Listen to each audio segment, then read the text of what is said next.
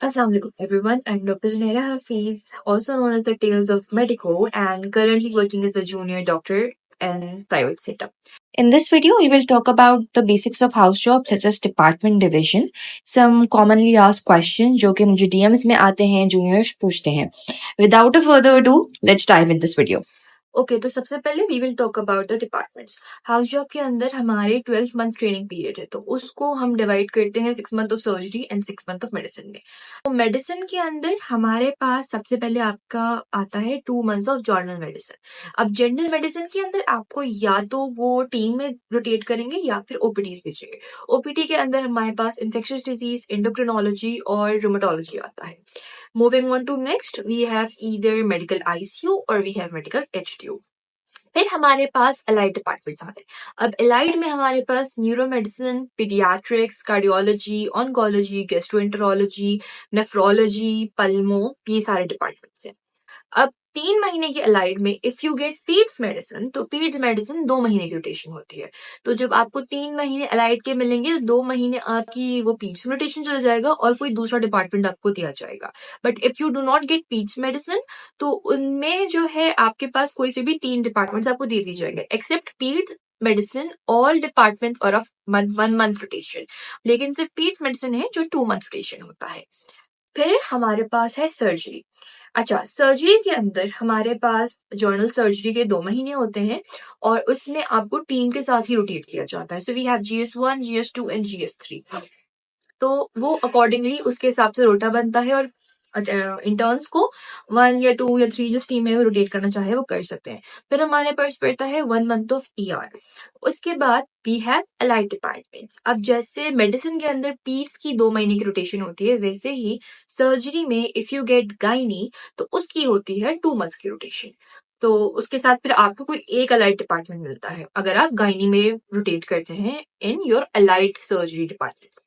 Allied departments में हमारे पास surgery के अंदर plastic, ENT, orthopaedic, vascular, neuro surgery, urology और पीडियाट्रिक सर्जरी है, CTS है, एनेस्थीसिया है, तो एंड गाइनी है. तो हमारे पास ये सारे डिपार्टमेंट्स आते हैं सर्जरी में. Okay, since we have discussed the departments, we are going to move commonly asked questions जो I get in my DMs या मुझे students मिलते हैं तो वो पूछते हैं. तो first of all, the question I get is about the learning experience. अब इसमें मेरा 50-50 ओपिनियन होगा क्योंकि हमारा ज्यादातर काम एज अ इंटर्न डॉक्यूमेंटेशन का होता है. पेशेंट हैंडलिंग है, अटेंडेंस की हैंडलिंग है, ये सब डिपेंड करता है कि आप किस डिपार्टमेंट में रोटेटेड हो. तो डॉक्यूमेंटेशन के अंदर क्या होता है, फाइल मेंटेन करनी है, EMR बनाने हैं, सोप्स बनाने हैं, आपको सोप्स ऐड करने हैं, ठीक है, और मैनुअली भी और digitally on computer as well, you need to do that. उसमें आई अग्री हमारी इतनी खास कोई लर्निंग नहीं होती. Second thing I have learned is कि आपको बहुत एग्रेसिव होना होता है अगर आपको कुछ सीखना हो.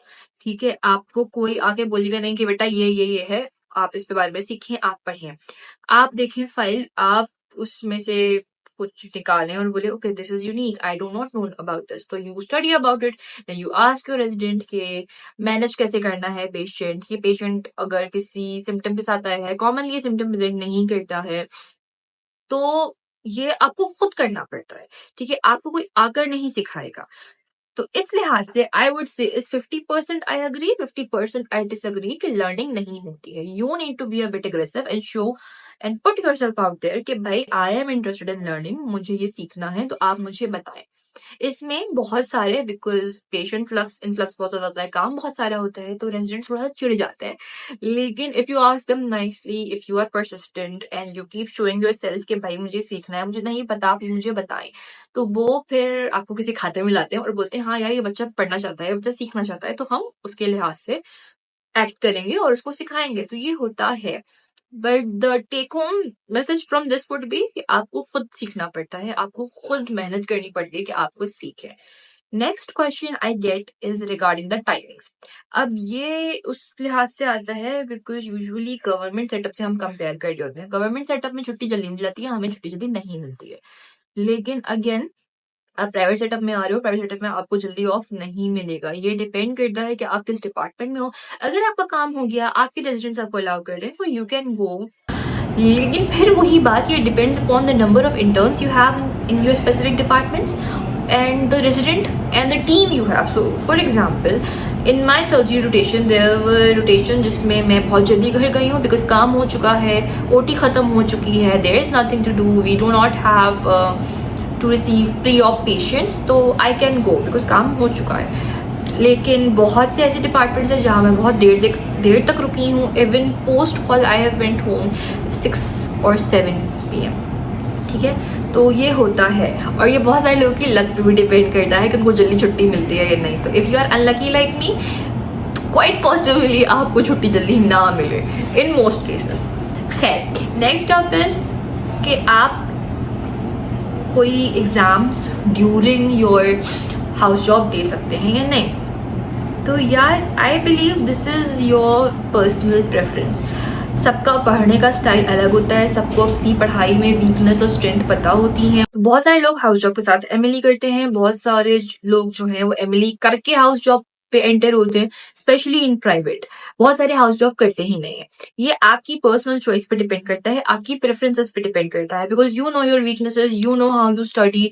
तो क्योंकि हमारे टाइम यहाँ पर ज्यादा है, ड्यूरेशन ऑफ स्टे हमारा ज्यादा होता है, तो उसमें मसला ये होता है कि आप थक जाते हैं, you not able to do that.